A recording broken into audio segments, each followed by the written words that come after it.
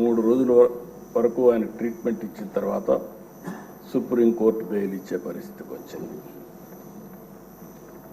ఇది మనందరం ఒక్కసారి ఆలోచించినప్పుడు ఇక్కడతో ఆగలేదు కక్ష.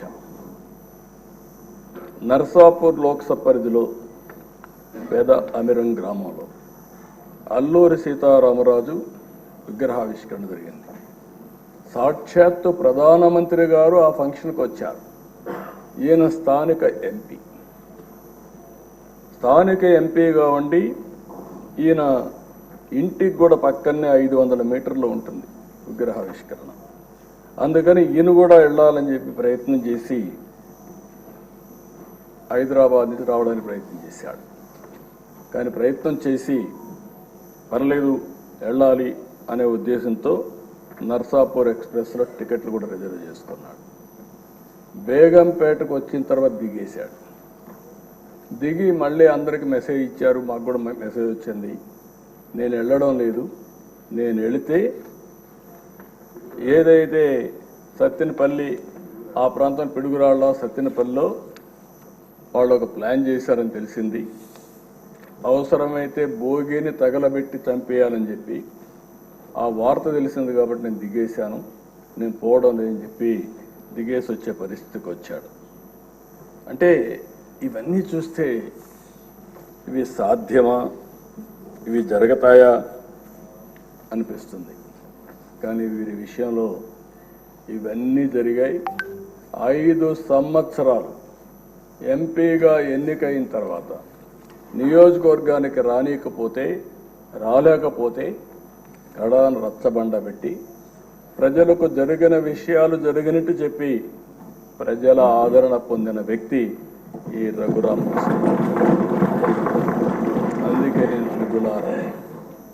అందుకే త్రిబుల్ ఆర్ సినిమా ఎంత సంచలనమో ఈయన జీవితం కూడా అంతే సంచలనం. ఇంకొక విషయం కూడా మనం గుర్తుపెట్టుకోవాలి. మామూలు వ్యక్తి అయితే ఆ ధైర్యంగా ముందుకు వచ్చేవాడు కాదు. ఒక్కసారి నేను ఎన్నోసార్లు చెప్పాను, కొంతమంది నేరస్తులు నాకు ఇది చూసినప్పుడు ఒకటి గుర్తొస్తుంది. ఇలాంటి చూసినప్పుడు ఇంకా చాలా జరుగుతున్నాయి. అవి చూసినప్పుడు నాకు ఎప్పుడు కూడా దేశంలో ఎక్కడన్నా జరిగిందా అని నేను అధ్యయనం చేశాను. ఈ కొండే శాసనసభ్యులు 5 కోట్ల ప్రజలు కూడా అర్థం చేసుకోవాల్సిన అవసరం ఉంది. రెండోది ఆయన విషయంలోనే కాదు, నా విషయంలో కూడా జరిగిన తర్వాత ఏదైతే నా అభిప్రాయాన్ని ధృవీకరించుకున్నాను. నేను జైల్లో ఉన్నప్పుడు నా రూమ్లో కూడా సీసీటీవీ కెమెరాలు పెట్టి నేరుగా వాచ్ చేయాలని ప్రయత్నం చేశారు ఇక్కడి నుంచి, రిమోట్ నుంచి. అదే ఈయన విషయంలో కూడా ఆయన్ని కొడుతూ టీవీలో సెల్ ఫోన్లో ఆనాటి ముఖ్యమంత్రి చూశారని వారు చెప్పే పరిస్థితికి వచ్చారు. నాకు అది ఆ రోజు నాకు నమ్మశక్యంగా అనిపించలేదు. కానీ నా విషయంలో ఎక్కడైతే నన్ను జైల్లో పెట్టారో ఆ రూమ్లో కూడా సీసీటీవీ కెమెరా పెట్టి నేను ఏ విధంగా ఉన్నానో వాచ్ చేయడానికి ప్రయత్నం చేశారన్నప్పుడు నాకు నా అభిప్రాయాలు కన్ఫర్మ్ అయినాయి. అది అయిన తర్వాత నేను చాలాసార్లు ఆలోచించాను, ఎక్కడన్నా ఇలాంటి వాళ్ళు ఉన్నారా, ఎక్కడన్నా జరిగిందా ప్రపంచంలో అని అడిగితే ఒకే ఒక వ్యక్తి దొరికాడు. ఆ వ్యక్తి కొలంబియాలో ఎన్నో ఏళ్లకు మునుపు కాదు, 1980-85 ఆ ప్రాంతంలో ఏదైతే పాబ్లో ఎస్కోబార్, అతనికి ఇతనికి కరెక్ట్గా సరిపోతున్నాయి పోలికలు, దాంట్లో ఏం అనుమానం లేదు. అతను కూడా మీరు చూస్తే కొలంబియాలో మారక ద్రవ్యాల ముఠాలకు ఎస్కోబార్ నాయకుడు. అత్యంత ధనికుడుగా, నేరస్తుడుగా, దుర్మార్గుడిగా ఎమర్జయ్యాడు. దుర్మార్గుడు అంటున్నా నేను. ప్రపంచ మార్కెట్లో 80% కోకైన్ వంటి మారక ద్రవ్యాలని తయారు చేసి సరఫరా చేసి మొత్తం ప్రపంచంలోని డ్రగ్ స్మగ్లర్గా తయారయ్యాడు. ఈయన కూడా చూస్తే గంజాయి వచ్చింది, డ్రగ్స్ వచ్చాయి. ఈరోజు నేను హామీ ఇస్తున్నా, ఎట్టి పరిస్థితుల్లో రాబోయే రోజుల్లో ఎవరైనా సరే గంజాయి అమ్మినా, గంజాయి పండించిన ఉక్కు పాదంతో ఈ ప్రభుత్వం అణిచివేస్తాం. ఒక్కరోజు మాట్లాడా? ఒక్కరోజు కనీసం ఆలోచించాడా? ఎంతమంది పిల్లలు, ఎంతమంది నాశనం అయిపోయారు గంజాయి తీసుకొని, ఎంతమంది డ్రగ్స్ కడెక్ట్ అయిపోయి ఎన్ని ఘోరాలు నేరాలు జరిగాయంటే అన్ని ఘోరాలు నేరాలు జరిగే పరిస్థితి వచ్చింది. ఆ పాబ్లో ఎస్కోబార్ అయితే 1985లో సుప్రీంకోర్టులో గెరిల్లాతో దాడులు చేయించాడు. 11 మంది న్యాయమూర్తిని చంపేశారు. ఇది ఈ ఎంపీని కూడా అదే విధంగా చంపేవారు. కనీసం ఈ దేశంలో ప్రజాస్వామ్యంలో కాస్తో కోస్తో చెక్స్ అండ్ బ్యాలెన్సెస్, కోర్టులు ఇవన్నీ ఉన్నాయి కాబట్టి కొంతవరకన్నా బయటపడ్డాం. కానీ లేకపోతే ఇతన్ని ఎప్పుడో ఎలిమినేట్ చేసే పరిస్థితికి వచ్చారు. సుప్రీంకోర్టులో బుల్డోజర్తో గుర్తించారు.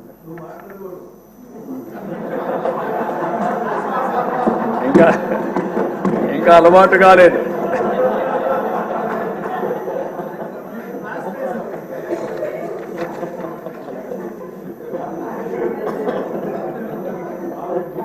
కాబట్టి మీరు అతనికి ఇతనికి ఒక వ్యక్తి అతని మీద మాట్లాడాడని మినిస్టర్ పార్లమెంట్లో మాట్లాడాడని అతను చంపించేశాడు. ఇక్కడ అదే సంఘటనలు జరుగుతున్నాయి. ఎవరైనా సరే మాట్లాడితే, ఎదురు తిరిగితే, లేకుంటే ప్రజాస్వామ్యంలో ఇది తప్పని చెప్పితే ఇంకా వాళ్ళ మీద పడిపోయే పరిస్థితి. శాసిస్తున్నాడు, ఎవ్వరూ మాట్లాడడానికి వీలు లేదని శాసించే పరిస్థితికి వచ్చారు. అలాంటి పరిస్థితిలో ఎదురొడ్డి ఇంకా ఎమోషన్ ఉంది. ఇన్ కోర్స్ ఆఫ్ టైం తగ్గించుకుంటారు. కానీ మళ్ళీ ఈరోజు ఒక పోరాటం చేసి పోరాట యోధుడిగా గెలిచి ఆ కుర్చీలో కూర్చున్న మిమ్మల్ని మరొక్కసారి మనస్ఫూర్తిగా అభినందిస్తున్నాను.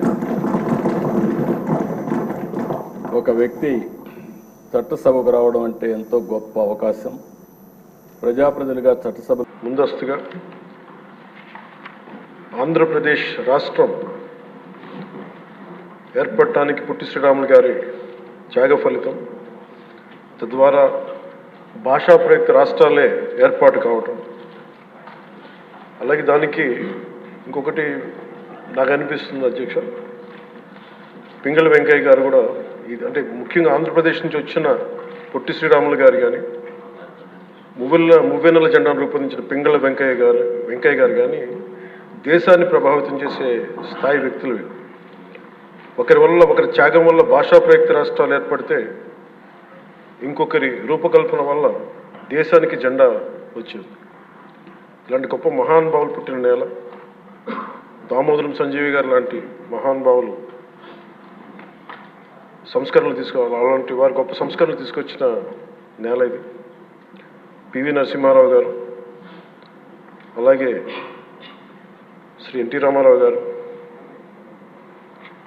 వీరందరి పరంపరలో ఎప్పుడు ఆంధ్రప్రదేశ్ ముందుకెళ్తూనే ఉంది.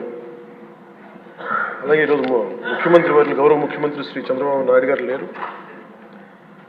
వారి గురించి కూడా చెప్పాల్సి ఈ సందర్భంలో, ఆంధ్రప్రదేశ్కి ఎవరన్నా రావాలి అనుకుంటే ముందస్తుగా చంద్రబాబు గారు పాలన స్టార్ట్ చేసినప్పుడు, ఆయన ముఖ్యమంత్రిగా ఉన్నప్పుడు ప్రతి ఒక్కరూ మేము వచ్చి ఆంధ్రప్రదేశ్కి వచ్చి పని చేయాలి, ప్రతి ఐఏఎస్ అధికారి, ప్రతి ఐపీఎస్ అధికారి తపన పడేవారని నాకు ఢిల్లీలో చాలామంది ఐఏఎస్ అధికారులు చెప్పారు. అలాంటి అద్భుతమైన పాలన, ఛాలెంజెస్ని అధిగమించి ఆంధ్రప్రదేశ్ని అభివృద్ధి దిశగా తీసుకెళ్లారు. ముఖ్యంగా ఆయన బాగా నచ్చే అంశం నాకు ఆయనలో ప్రత్యర్థులను కూడా గౌరవించే గొప్ప గుణం. మొన్న ఈ మధ్యన మాకు చెప్తూ కూడా రాజశేఖర రెడ్డి గారి గురించి చెప్తూ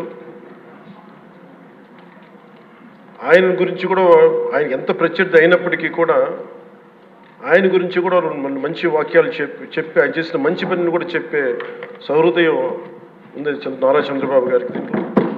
వాటి నుంచి తీసుకోవాలి, ఈ మేము నాలాంటి వాళ్ళు నేర్చుకోవాలి, అలాంటి యంగ్స్టర్ మాకు కొత్తగా వచ్చిన వాళ్ళు నేర్చుకోవాలి. అలాగే కర్నూలు 1953లో కర్నూలు రాజధానిగా వచ్చింది. ఎప్పుడు మనకి ఇన్ని సంవత్సరాలుగా ఇన్ని దశాబ్దాలుగా ఇంకా కొట్టుకుంటూనే ఉన్నాం. అన్ని రాష్ట్రాలు ఏర్పడ్డాయి, భాషా ప్రయుక్త రాష్ట్రాలు ఏర్పడ్డాయి.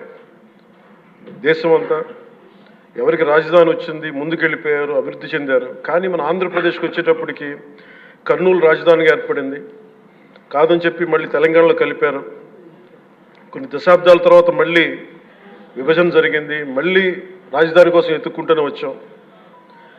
కింద మీద పడి 14 నుంచి 19 చాలా కష్టంతో ఒక రాజధానిని